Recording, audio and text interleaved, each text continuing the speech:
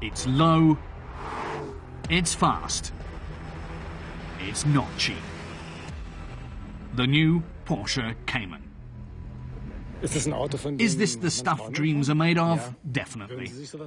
Is it an affordable dream? She says yes. This man says the Porsche 911 is the real classic. But this boy says the Cayman looks super cool. This woman says it's a dream car, and who would pass up a chance to have it? Hardcore Porsche enthusiasts may not take the Cayman seriously, but for the general public, it has plenty of Porsche charm. Plus, it has a few surprises. Our car tester, Konstantin, says it doesn't have a trunk, it has two.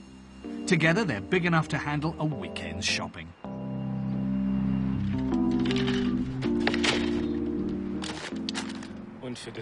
Konstantin says there are also plenty of discreet places to hide things. But drivers shouldn't plan on taking the Cayman on family trips. There's not that much space. Better leave such duties to the family station wagon. But a station wagon is hard to park. Konstantin says the Cayman's no picnic either. It's hard to see out of the cockpit. But it does fit into small spots. It's only a tick longer than a Volkswagen Golf. But what's the point of a car that can drive 280 kilometers an hour if you're just stuck in traffic jams? Admittedly, the Cayman does have an automatic transmission. That makes stop-and-go driving considerably more comfortable.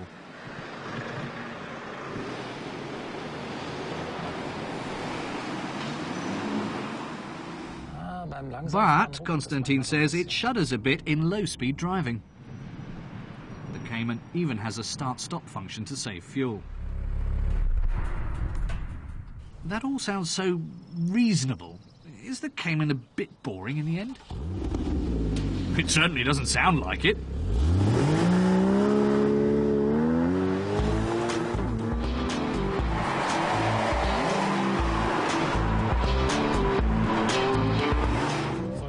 Konstantin says it goes from 0 to 100 in under 5 seconds, and that's nothing compared to how fast it makes his heart race. The driver can also shift the 7-speed transmission by hand. Just a touch is required for lightning-quick gear changes. At the push of a button, the suspension stiffens, the motor revs higher and louder. Konstantin says the exhaust doesn't have a hole in it, rather there are extra valves that make that satisfying howl. The new Cayman is even sportier than its predecessor. Hugs curves tighter than seems possible. Konstantin says it feels like there are magnets holding the car to the road.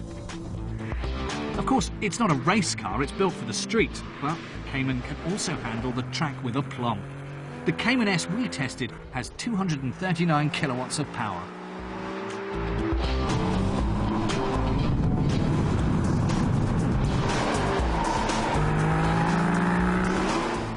Now that doesn't sound quite so reasonable.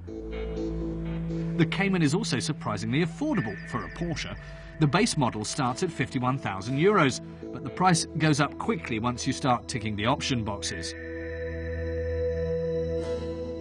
A lacquered central console runs 200 euros, while a leather-clad dashboard runs 1,000 euros, and ceramic brakes will set you back 7,300 euros. At least the racing yellow paint doesn't cost extra. Konstantin says that when you compare the Cayman to its big brother, the 911, it starts to look like more of a bargain.